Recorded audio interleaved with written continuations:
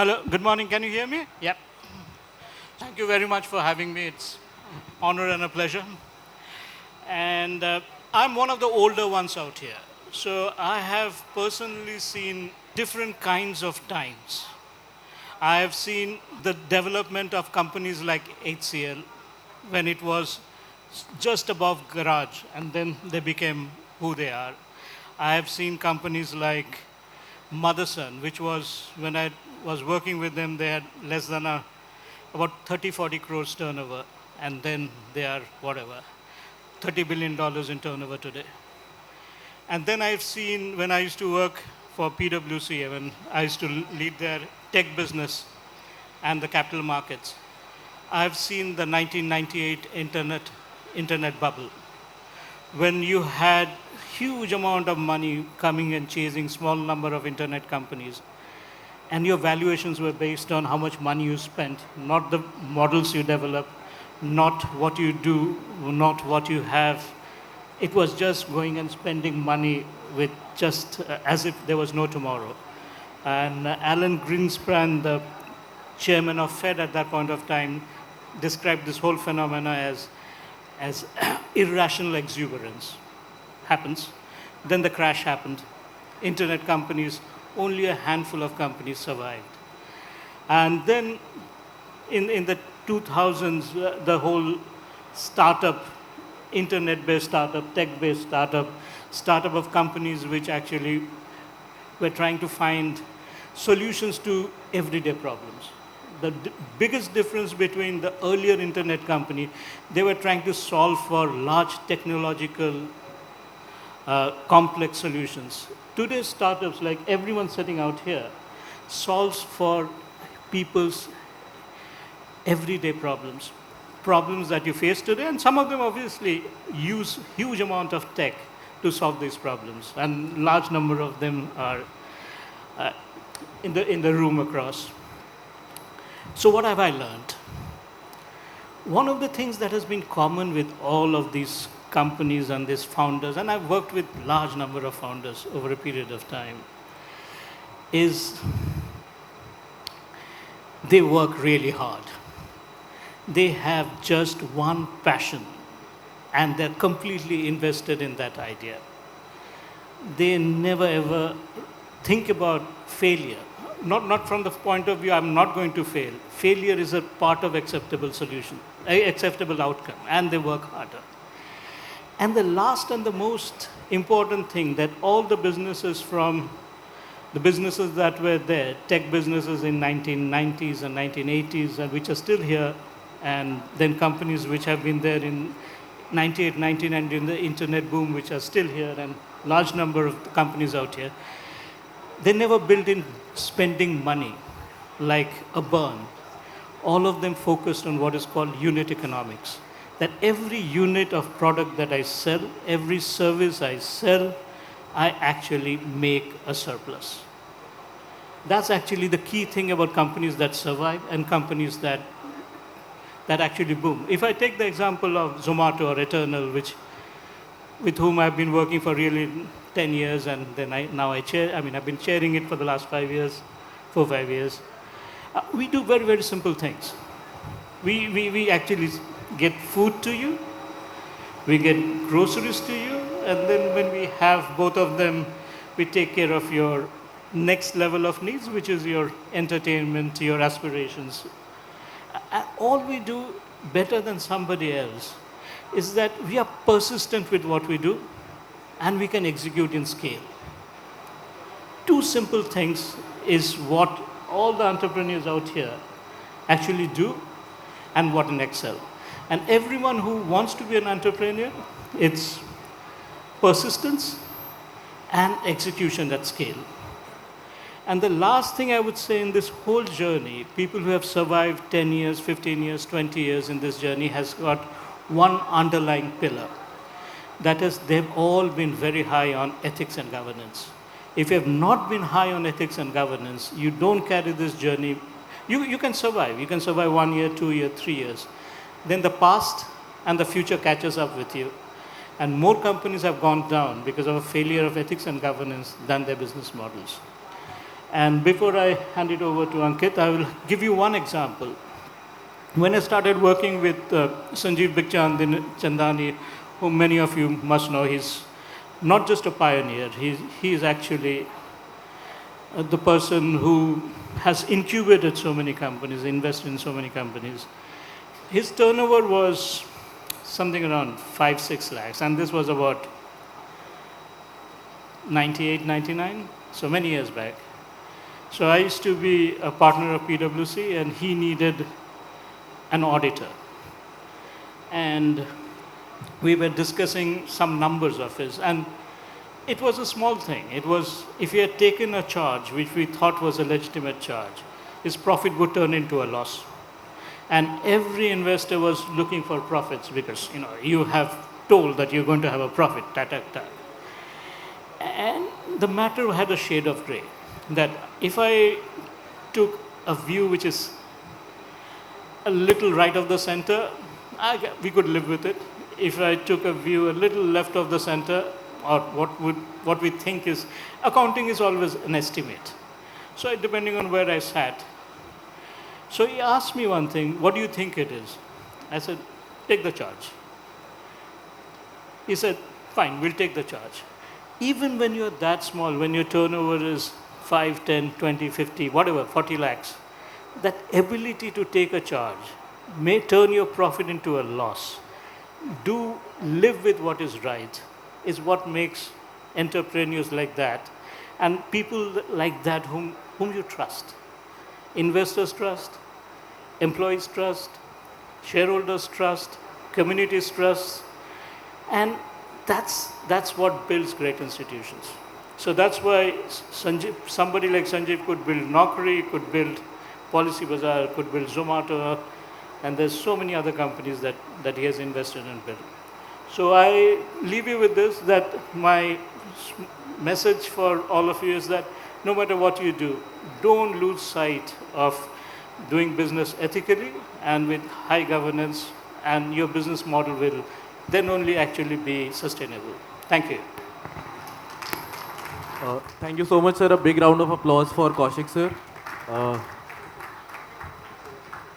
So, in the morning, I was preparing for the session, and I was sitting with my colleague Neelab, and jokingly, while after all the research that we had done for this discussion, we came to the conclusion that this particular panel combined values more than 100 billion in valuation and market cap. So a big round of applause to all the entrepreneurs here for creating that kind of value for their stakeholders.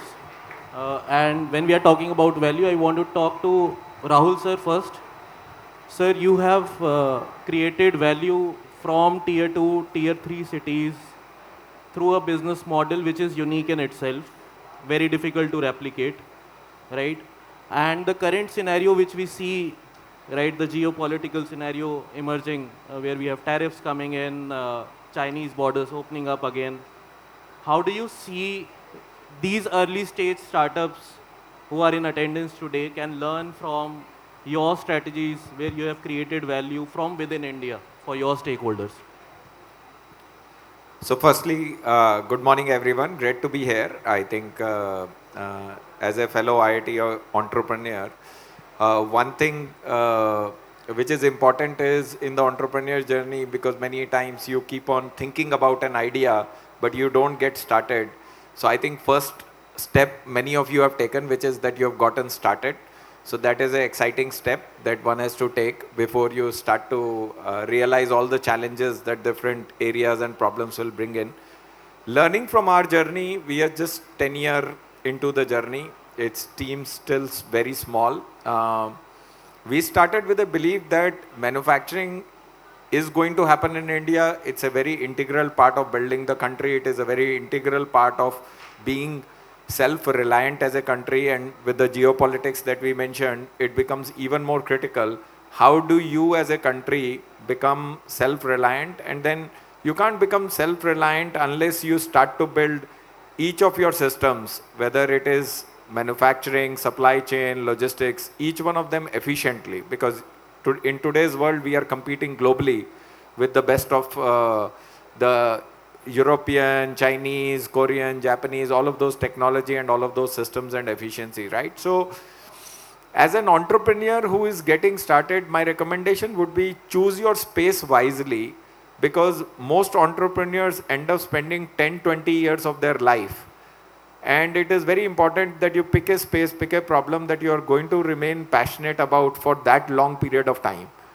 And while you go through that journey, there will be ups and downs, and only your passion will help you survive the downs when you go through those cycles. I think on each one of us on the panel have gone through enough downs to know that while it may sound great in the media story, there are enough moments where cash runs out, where COVID happened, so there's no customer, no revenue happens. So all of those scenarios are going to happen when you go through the startup life.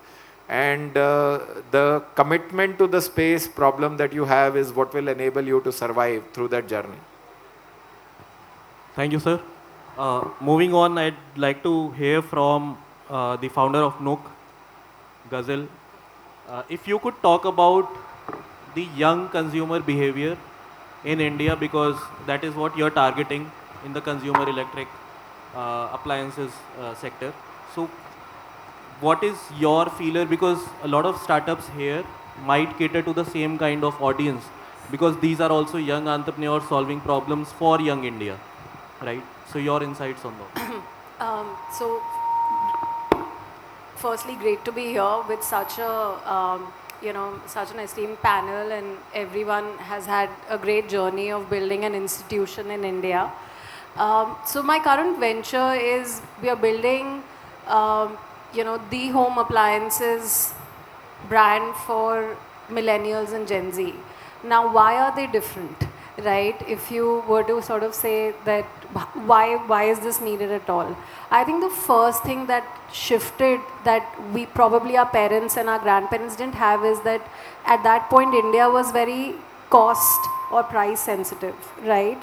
So creating sabse sasta was a strategy, that sabse sasta koi bhi cheez bana do aap. And that's also been studied well, that as countries, their GDP per capita grows, the country moves from being very cost or price sensitive to being value sensitive. So the first thing that we are seeing with our consumers is that they look for what extra am I getting, right? And that's coming from the mindset shift that's happened, but also the awareness. I mean, you could be living in a, we'd say that for us, demography is not, where somebody is staying is not a criteria for segmentation at all. As long as you have access to internet, as long as you have the money to spend, you will make the right choices in whatever you're buying, right? And therefore that creates the space for a consumer brand like ours to come in. And that's, a lot of you who are targeting that customer, think of that sabse sasta can't be a strategy, or just being online can't be a strategy. Because as online penetration increases, online is a preferred channel. So maybe someone else is not online, but you can no longer be a strategy. So you have to really think that what does this customer really need? What is their unmet need? Usko kahan sabse zyada pain hai? And how I as an entrepreneur can first relate to that pain, right? Understand it, and then create products or services around it. A lot of times founders create solutions for the pain they feel, and that has a shelf life, because हो सकता है वो बहुत लोगों से connect ना करे, and that becomes the first failure point. That maybe back in the day getting food delivered online could have been one person's problem, but that's when you want to see that there is product market fit if a lot of people relate to it, right? And they also want the same thing. So some of those becomes like early graveyards. That is this problem even relevant to others, or am I just building it because I feel the pain, or I'm passionate about this? The other is the best ikigai in this is what you want to solve the world cares about, or enough people care about, so that as you build a business, you get scale. And one of the things of building institutions is that they have to be resilient and relevant, right? Sir spoke about trust and governance, but also that if what you're solving is not going to be relevant for a lot of people or relevant through the test of time, then that's probably a check for you that what do you need to do to sort of get past that. And the other is, and sir also mentioned, which is, and all of us have seen those graveyards, whether that was COVID or others, that every downturn or every regulatory policy change basically tests a business, tests any business, specifically startups, because you're so young, you're like baby care, right? Aap abhi shuru hi hue, you've started running, crawling, you could run fast, run slow, but whatever speed you're at, how well can you take that shock? And that is resilience of a business, which means do you even have, is there a business sense or is this a project, right, that is getting funded? And therefore, valuation is not equal to legacy. Shark Tank is not equal to great businesses getting built. Don't quote me on this. Great businesses do come out of there. But a lot of the change has to come in how our media is telling the story of Indian entrepreneurship. It has to shift from valuations and how much money someone has raised to what kind of businesses are getting built. And not every business can digest a lot of money. So raise the right amount of money that your business needs. Agree with you, because most of the startups which we nurture at FITT, they are all deep tech ventures, early stage, and it's even more critical for them, to not be myopic when they're developing tech, because tech development in deep tech venture takes a hell lot of time, especially in biotech ventures, right? Or now quantum tech is coming up. So I think that's a very good suggestion, and our startups are also displaying their techs here. So while you visit them, please give them a very straightforward insights, and please not be just nice to them because you're visiting us, but tell us your critical inputs to them so that they can improvise as and when they're developing the tech itself. Right? Moving on to Mr. Gaurav. So you are creating value from Bharat for the world, right? So, and how is Poland treating you? Recently, I went through the news. So please share with us how an Indian business can scale and create value across borders, because that is also something which our startups wants to hear from you. No, thank you, Ankit, for having me on this panel. And look, my journey started here in IIT Delhi. And after college, I went to Microsoft in Redmond and spent 3 years over there. And it was mind-blowing, working at Microsoft in those days, right at the peak of, there was no FANG, there was only Microsoft, right? So it was just an incredible company to work in. But I realized two things over there, that product businesses, because that was Microsoft's core forte, truly scale globally, right? That's building a product tech business has no boundaries if you're building something which will be globally relevant. It was very inspirational for me, and that's when I came back to India. So I'd said that I'm going to spend 2 years working outside of India, then come back and do a startup.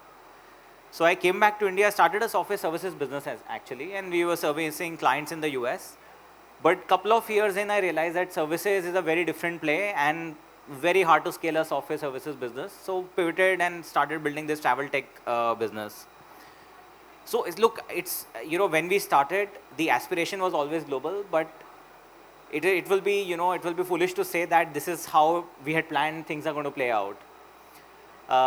We realized so our business model, just so people who don't know, our business model is we create a travel distribution platform where we aggregate travel supply on one side. So world's inventory for airlines, hotels, transfers, sightseeing, packages, cruise is aggregated by it at a global scale. And then we aggregate demand on the other side. So demand from people who sell travel. So not the end traveler. So it's a B2B business, but a travel agent, a tour operator, an online travel agency. So we would aggregate that demand on the other side. That is how we started in India. Few years in, we realized that India is a growing market for travel, but in the global scheme of things, it's still very small. And we realized that unless we figured out a way to build a global business, the business would stop growing after a point.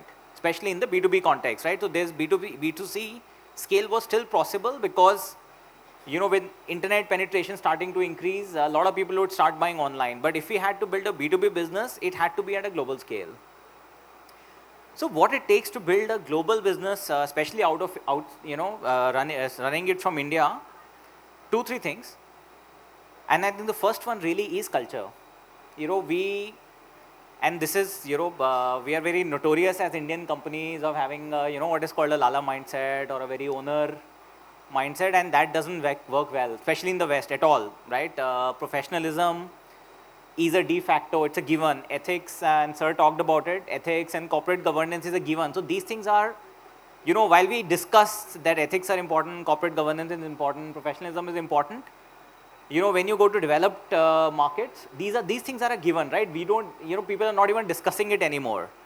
And that's a big change for, you know, when you start building out of India, that you have to build at that standard. So even when you're very small, and again, Sir talked about, you know, Sanjeev's example, it doesn't matter how big or small you are, how you conduct yourself. If you want to be a large world-class company, you start conducting yourself as how a large world-class company will conduct itself from day one, right? Even when you're a 20 people company. So that helps a lot. The second bit that helps is creating a very empowered organization. When you're building global businesses, it's impossible to have full control. It is simply not possible because, you know, we have 28 something like 20 odd subsidiaries. We have significant operations in the Middle East, significant operations in Latin America, Southeast Asia, Australia, US. We acquired companies, and then those companies are running on their own. So especially when you start small, there is a very strong desire as a founder to have full control on everything that happens in my company, right? I want to understand everything. I want to be involved in everything. I should take all the decisions myself. I should sign all the checks myself. And that transition has to happen very quickly, especially if you're going to build a distributed global business. So we are a very, very empowered, decentralized organization. Obviously the tech, it's easier because it's a tech platform, so the platform is centralized. But the regions run their own operations, their own P&Ls, they run their own CEOs. And the culture is very consciously created to make sure we don't interfere where we should not be interfering, right? Which again is very hard, you know, to let go, not only as a founder, as a leadership team sitting in an HO, you have a very strong desire to know what's happening in that region.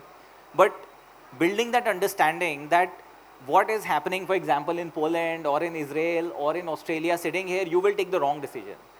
So I think if you want to build for global, you have to build a highly professional, ethical, governed organization. You have to be very, very prepared to build a decentralized business model, and that has to be in your DNA as a founder and as a company that you're building, that you have to be able to let go of control with the right governance in place. And the third bit obviously is you need to have a large enough global market to operate in. Like for example, Rahul talked about, you know, when you're getting into a market, you have to be sure that is it something that will be interesting enough for the next 10 to 20, 30 years. And travel is a market like that, right? Travel is 10% of world's GDP is actually just through travel and hospitality. Even at that scale, travel, you know, it's a trillions of dollars. It's almost as large as say, India's economy. And it still grows 6% year on year. So if you are building in a very large global space, there is always an opportunity to build for the world. It is also important, just a word of caution on that, it is also important to first build for your home market, because these aspirations that we can start building from day one for different parts of the world can happen. In a services business, it could happen. In a SaaS business, it could happen. But in a business where you need feet on street on the ground, you need to understand cultural context, you need to understand local regulations, I think it is important to start slowly, build for the future, saying that yes, one day we are going to be global, but mastering your home market first, building out a business plan, building out profitability in your home market, and then growing in the rest of the world is the right way to go. I think I'll pick the context from here and move to you, sir.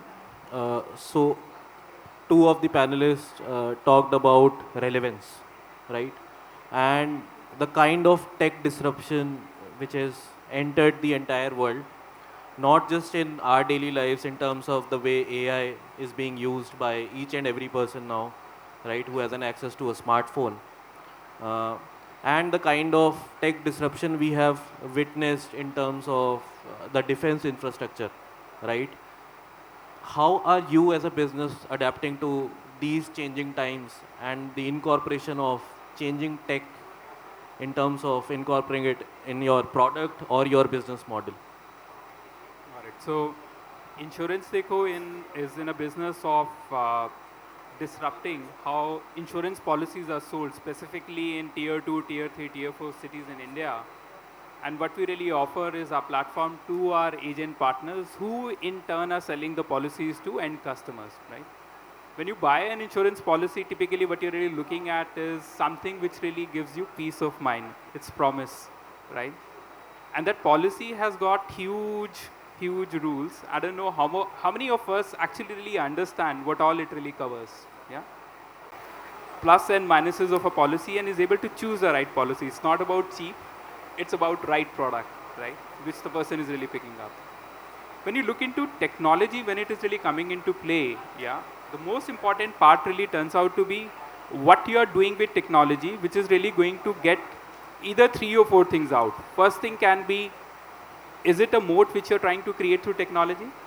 And how big that moat is going to be. Given Gen AI is really coming in case you are using a LLM, everybody else would be able to use an LLM, right? But how big and how differentiated knowledge graph which you're really going to create, which is your IP, which is defensible enough, is the moat which you're really going to create, right? Second aspect really turns out to be, are you creating a product which is absolutely out of the world? Is it only a moat, a functional feature, or a complete product? Third turns out to be what kind of insights which you can really drive. They can be insights, business insights, they can be tech insights. Like when we're really looking into someone who's looking specifically for business numbers, what he can really drive from that insight and impact on business could be another leverage point. And fourth and foremost, really turns out to be this tech play. Are you ignoring it or are you in it? So in all the 4 boxes, when I really look into it, I don't think so any one of us would be really ignoring it. And the kind of leverage it can really create can be very liberating, and it is going to be in that direction. So I would say from insurance 𝗍𝗂 perspective, from a moat perspective, there is huge, I would say 5 or 6 different product features you'd be able to see. When you see from operational efficiencies coming in, like customer responses which are really getting in through a bot that is already being automated, that's already there. When you look into a product, you will see something coming out in around 2 quarters. And are we game in terms of ticking all the boxes? Yes. So I think that is quite insightful. I think it will help early stage startups also to look at those 4 check boxes. Now we'll go to another segment which is going to be really interesting for our participants. We want to understand and hear from you those 2 mistakes in your entrepreneurial journey. One which you regret, which you wish you could have avoided, and the second mistake which you are thankful for that you made and gave you a hell lot of experience. So we can start with Gaurav sir. Okay, so I think the first mistake in retrospect is, compromising on top talent early in our journey. I think it took us several years to understand that you cannot build a world-class organization without making sure that you have world-class people on every seat in the leadership team. It's a hard journey because as the organization changes, your definition of world-class also continues to change. So that took me a few years to kind of really get ingrained in myself that if you are going to build if you're going to build something truly great, you will have to have truly great people, and the bar will have to be very, very high. So that's a mistake. I don't regret it. I don't regret anything actually, because the end outcome has been fine. But definitely, I think that is something we could have done earlier. The one thing that I thought we should have done, did not do, and in the end, it turned out to be for the better was, so we were always building a profitable business. So the mindset was very clear. We want to be profitable from day one, and we were, right? So every year we were generating profits. And from 2007 till 2020, we had 13 years of profits in the company, never took a dividend out of the business, never. And there were moments when we kind of felt that we should have taken the money out, and especially because we were not having any other liquidity event, so it was a hard grind for us just financially speaking. And we thought we should have done something different. But then COVID happened, and we were one of the very few travel companies in the world at the start of COVID, when revenues went away, sitting on a huge pile of cash, right? So we were sitting on hundreds of crores because it's accumulated profits for the last 15 years, which say that about a year ago we were thinking we should have taken it out. Why didn't we take the money out? And now the investors will not let us take the money out. And in retrospect, that helped us, right? So we hired like crazy. We built talent using that money. We acquired companies during COVID using that money. And we were very confident that, even if this crisis lasts for a year or 2 years, we have enough runway. And that transformed the business, right? So the business is probably 10x bigger than what it was pre-COVID, post-COVID, just because we were sitting on the cash.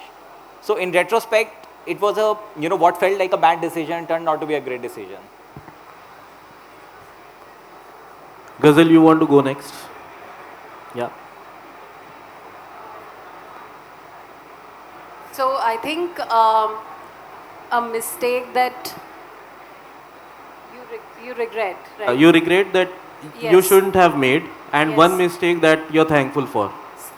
A mistake that I kind of in my previous startup, I think it's sort of a learning that we all took away from it, was raising money too early and too much, right? And I know when you're displaying here and you're starting out and you're like, you want to raise money, this will not resonate, but this comes with years of having lived it, which is the big learnings that my first venture taught is, just because you can raise, you should not raise more money. And इसको एक India में बहुत अच्छी तरह बताते हैं, जो बाद में समझ आया. आप कभी शादी पे जाते हो अगर, तो when we were younger, मेरी मम्मी कहती थी कि मतलब ओवर ईट मत करना, है ना. तो वो कहते हैं कि शादी पराई है पर पेट अपना है, right? And I hope you take away this, so I have to tell it a little bit dramatically. Because when that moment comes in your journey, please do remember and ask yourself, does the business need this much capital? And if you put too much capital at this point, what can it do to you, right? We all think about the upside, but what else can it do to you? One mistake that I did, and it has helped, is because of that capital, we scaled massively, and we ended up launching a few business, like channels or segments where we did not have product market fit. And although sitting on capital, you believe किसी दिन product market fit आएगा, but now if I look back, I think the indicators are there. So what I'm grateful is that sensibility or intuition that you build, that that as a founder कि मेरे पास product market fit है कि नहीं है, right? That only you know. Then you can tell whatever, but that sensibility or intuition getting built was what I was grateful for. Thank you so much. Moving on, sir, you want to go next? One of the mistakes which I really did, I started my entrepreneurial journey very late, right? I wish I would have started at the stage where most of you are in terms of just passing out. I think that would have given more freedom, because more or less being here, two things are sorted, bread and butter is sorted, risk appetite is high, you can explore a lot more, you can adapt a lot more, right? And I think one good thing which really happened is when I started, I had enough experience in building scalable system, because I had done that in past. So even though when we were really working on ID stack, I knew on day one that in year 3, we are really going to just give the stack to now as a SaaS model to, let's say, banks and to others, so that they can also really distribute policies. So it also helps. But given if I would like to repeat my mistake, I would say no. I'll start at the age where you are. Yeah. Which you're thankful for? See, I'm thankful for the mistake that I started late as well. The reason is because that gave me that maturity when I'm scaling system, right? How I'm really looking at it. And I believe one peril of wisdom which I can really share with you, it is very important when you are building systems that you keep what you really want to build 3 years out in mind. But you're not putting all the emphasis or building the infrastructure for that today. Yeah, reality is given infinite time, given infinite resources, everything is possible. Yeah, but you are always short of resources, right? Your resources will be constrained and you will always be short of time. But your architecture should be such that you have kept that in mind, but you're solving for the problem for today. Because in case you're not going to do that, you're going to miss the bus for today. Yeah. I think that will help a lot of late starting entrepreneurs, that kind of an advice, and the early starting ones also. Rahul sir, moving on to you, your 2 mistakes. As you asked the question, I was thinking about it. I think firstly, every mistake is a learning. So I want to add that caveat. So I don't think of most of the things we did as mistakes, but there are 2 interesting learnings that I thought will be worthwhile for entrepreneurs starting up, and we did some of it, but then we quickly grew out of it. One is, you will have meet as entrepreneur lot of people which are senior to you, angels, mentors, VCs and all of that, and generally you will feel they know more than you. The correct answer is they don't. So do not over index कि उन्होंने ये बोला है तो मैं कर रहा हूँ. So एक कहावत again is like सुनो सबकी करो अपने मन की. It is very important because 80-90% of the advice that you are going to get is probably, I'm not saying bullshit, but like it's probably contextually not relevant. So you need to be able to filter out कि उसमें कुछ छोटा सा piece होगा जो आपको सीखना है, and then you have to make your decision. So that's one thing which every entrepreneur goes through, and even though I was starting 15 years post undergrad, I think even in early years I would think कि शायद इन्हें पता है, but after 2-3 years I realized कि इनको नहीं पता है, तो मेरे को पता है, तो ठीक है सुन लेता हूँ, लेकिन करना वही है जो ठीक लगे.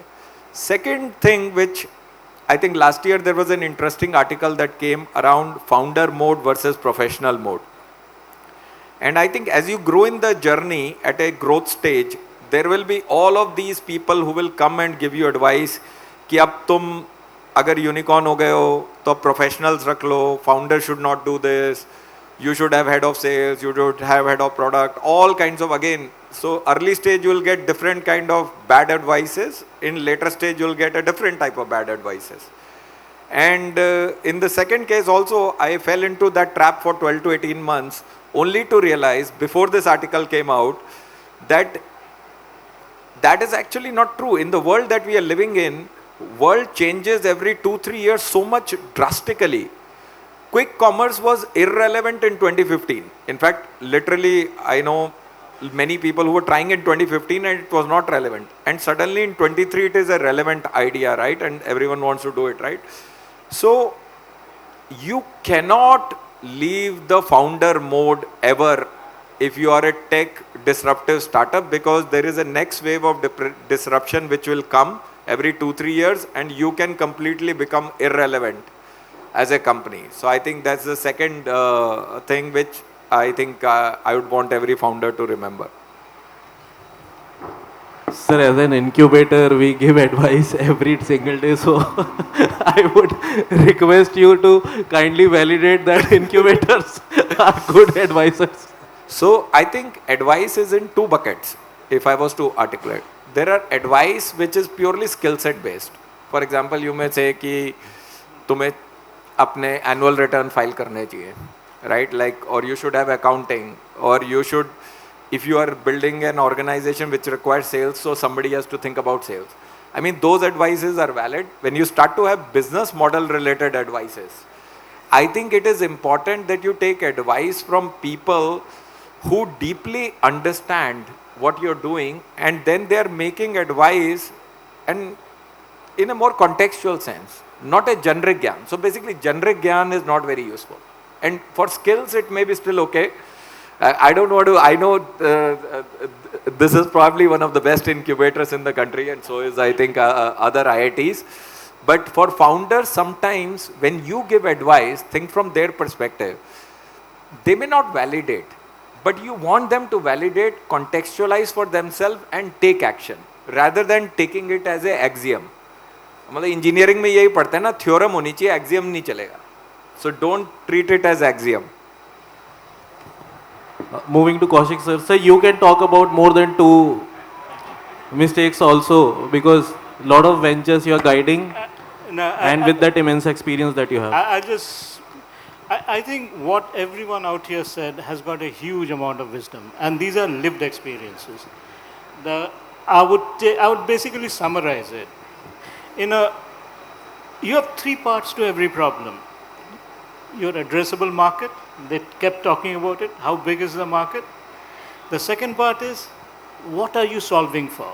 The whole world is my addressable market, but what exactly what I'm solving for? And how long will that solution last? And the third part is, how am I going to solve? Unfortunately, how am I going to solve takes huge amount of time. And if we focus too much of how am I going to solve without actually getting the problem sorted out, and in your head, in your mind, in your dreams, in your every breath, your solution that you're looking at today is very, very myopic, because you haven't actually looked at the possibilities of the solution and your addressable market, which changes every 5 years. So the thing is that how you're going to do it is actually the least thing, because technology will change, your markets will change, so don't focus on how you're going to do it, because every pitch that we get at, say, InfoEdge Ventures is, how am I going to do it? That's the least. What are you solving for, and how big is your dream and your market? We'll figure out how you're going to solve. You will figure it out, like everyone said. The second thing is about advice, his point. A few months back, I was listening to the greatest swimmer of all times. Her name is Katie Ledecky. She won more medals than anyone else in the world. And she was 15. This was the first Olympics that she was racing. And she was swimming, and she bolted on a 400 meters, broke the world record, came back. And then she was saying that when I was listening to all the commentary, all the wisdom that came from all the other swimmers, all the commentators, they said, she's going to burn out. The first 50 should be at this speed, second 50 at this speed, otherwise. But she created the world record in her first swim, and she said, if I ever, before the race, heard all these people who were telling me how to race, I would have never created a world record. There's a huge amount of wisdom in, you are created for your own solution. And the third thing that they said about spending money, keeping money. Money, no matter what people tell you, money is your weapon, money is your arsenal. Having more money is always better than having less money. And about the wisdom part, in Zomato, this is 2025, I think in about 2018, 19, 17, 18, yeah, we bought this huge company called Urban Spoon. This was one of the biggest Zomato-like company in the US, in Europe, everywhere. We were very young, and we had all the investors with so much money pumped into our company. This is the thing to do. We went and made this huge acquisition in millions of dollars. Millions. It didn't work out. It was too big an acquisition for us to absorb. The biggest learning from that is, don't do it. If you can't absorb a large acquisition, just don't get pushed by this marquee investors and their advice about valuation and what it's going to do and your market share and your global footprint. Do what you can. And what came out of it is that we focused on the domestic market and every order execution. And that time we had 7, 8, 9, 10 different, You had Food Panda, you had Uber Eats, you had so many other companies. Because we focused only on getting the domestic part done and not focused on anything else, we could build on other things. So focus on what you can do and what is your strength. Otherwise, you'll just get wiped out, just swept away by too many advisors. Thank you so much, sir. I don't want to stand between your lunch and their last wisdom, but I think 1 minute each. I want to hear from you about something very interesting which happened during Startup Mahakumbh, right? We heard the Honorable Minister for Commerce, Shri 𝗵𝘃𝗧𝗃 𝗃𝗂𝘧 talk about entrepreneurs coming forward, young minds coming forward and building not just consumer-oriented or convenience-oriented solutions, but bringing deep tech solutions out of the country and creating it for the world, right? So your 2 cents, a minute each, and we can start with you, sir.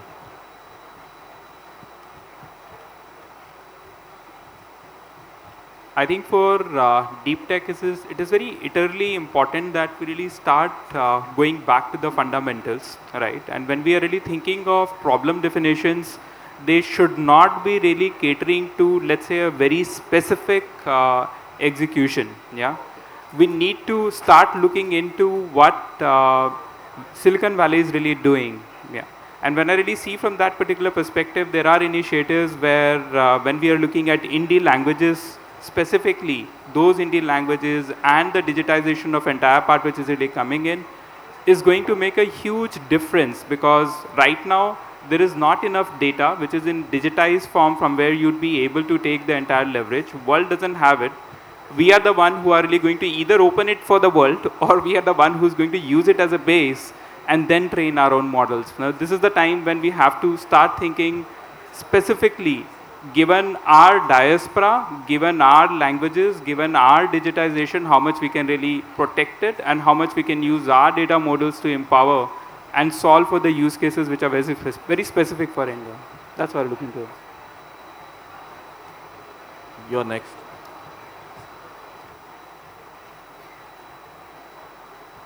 It's a very controversial thing you've asked us to comment on. I think it really needs 2 things. And should it happen, I think we all agree that yes, the shift should be there to more deep tech, long-term, fundamental kind of, startups and businesses getting built. There are happening today, but they are far and few, right? And basically because I feel if 2 things change. The first is the narrative itself around valuation and what you see in the media and what you glorify. That has to shift to us celebrating some of the more, non sort of, internet layer consumer based, but the other, because it's psychology, right? I mean, this new sort of generation of founders is also seeing and believing, right? And what's getting glorified is impacting them and their view of the world. The other is, the capital that we have access to. So something around investors and policy has to change, because the last 10 years of capital in India has been venture capital that was borrowed from US, which basically said build fast, fail fast, and sort of grow fast, right? So it is meant to, put those kind of businesses on steroids and scale them, right? Deep tech needs different kind of capital in the beginning, a different kind of investor, different kind of returns expectation, which today we have very little access to, right? And I think the third thing that you can probably add to it is that the belief that can we even do it, but I would actually put that aside, that, we have enough of it, right? And that's not a concern, because that's the criticism you keep hearing, that can India actually create this, but that I would put aside actually. Look, I think firstly, all entrepreneurship is good, right? So it doesn't matter whether somebody is building something very consumer, something very basic. Entrepreneurship it grows the economy irrespective, whether it is deep tech or not. So any entrepreneurship is better than no entrepreneurship. We have to also see why has so much money gone into consumer plays in the last 15-20 years is because that is the nature of the market. India grew from being a poor country to with a larger middle class, with a growing internet penetration. So it's obvious that large consumption will happen in India, and hence consumption driven startups, consumer startups will get funded, right? So I think that's quite obvious. Deep tech must happen, but it requires an enabling infrastructure. I don't think it's also very easy to create that overnight. One of the biggest things around deep tech is you need people who understand deep tech, which really the onus comes on universities. How we structure our curriculums, how we attract students to actually continue to do masters or a PhD, right? If you look at most deep tech happens in a Caltech or an MIT or a Stanford with students who were collaborating with their professors on a PhD program. Now and I think good thing is it's starting to move in that direction in India as well, but a lot more is required. We need to make it lucrative for students to continue post BTech to do a master's or to do a PhD, and not just in IITs but in pure sciences as well. The second bit is, and I think what China did well is sometimes governments have to create a little bit of a protective ecosystem for deep tech companies to be able to flourish. These are controversial topics, especially in the context of US talking about tariffs right now, but China did it the way they did it, right? For 15-20 years, the Chinese internet was, there was a Chinese wall around that internet, which created an ecosystem for local companies to flourish, get inspired by what's happening in the US, but build local expertise around internet, technology, data, and today they're ruling the world.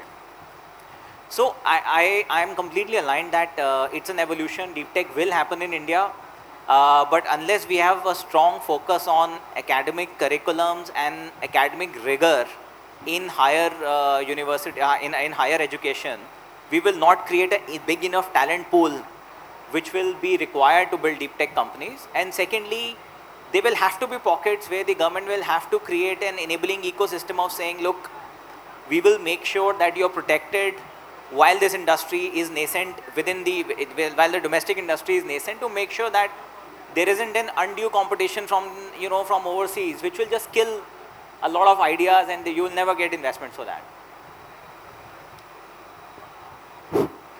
So I think I am a big believer, every idea has a time, the time has come. I think it's not either or. Pehla wave was about creating the infrastructure rails and a lot of the opportunities which were market facing opportunities, which is what has been created. I think the beauty and learning of this first 15 years of the startup we need to remember is that Indian startups have proven that they can beat the best in class technology company from the world. I mean, you have example across the e-commerce, across the SaaS companies, across the travel companies, that any Indian startup has taken the global competition literally head on and beaten them. So I think next 10 years this will happen, and I have no doubts that there is enough talent and capability to make it happen over the next 10 years. See, I mean, what this entrepreneurship has done today is that it has created opportunities. In my generation, there were jobs. Today, you talk about opportunities which is self-created, which is created with capital, ideas, whatever. That's a huge movement. From working for somebody to being it's an entire societal change. Second thing about Mahakumbh, when he made those comments, all of us had a lot of discussions. If I take a name of three, four companies, Paytm, BharatPe, PhonePe, they had formalized Indian economy to a great extent. That's the contribution. If you look at the number of jobs and employment opportunities the panel out here creates, it's huge. The third thing I would say is that, underserved market. For instance, Issues company, we are one of the most under-penetrated insurance countries. Issues company and a bunch of others have created insurance, taken insurance to the tier 2, tier 3, tier 4 cities. So entrepreneurs not just they create an economy. They create a better life for everyone, not just for themselves. And with tech, it's a huge leveraged outcome. And the only thing about deep tech is a huge investment, like the point you made. Where does the capital come from? And China is always a good example. The other great example from where a lot of tech comes out is Israel, where it comes with government support. It comes with institutions, it comes with industry, it comes with government, even equity participating in. So there are different models, and solution is not going to come in a day. There are companies which are investing, like you said, that time for that idea has come. Maybe next 5, 7, 10 years, we would have our own versions of some of the world's best technology, because if you look at our space program, we have shown it. I'll thank the panel for closing the discussion on a note where the next panel will start from, which is raising funds in 2025 for deep tech ventures. And heartfelt gratitude on behalf of IIT Delhi for you to come here and share your wise words with us, with our startups. I request if you could spend some time in going through the kind of exhibition that we have put up, the kind of deep tech ventures we are showcasing, and give your advice to them, exchange cards with them, and if possible, where you're interested in whichever tech, if you could just guide those entrepreneurs post the event. So thanks a lot. Thank you so much. A big round of applause for the panel. Yeah.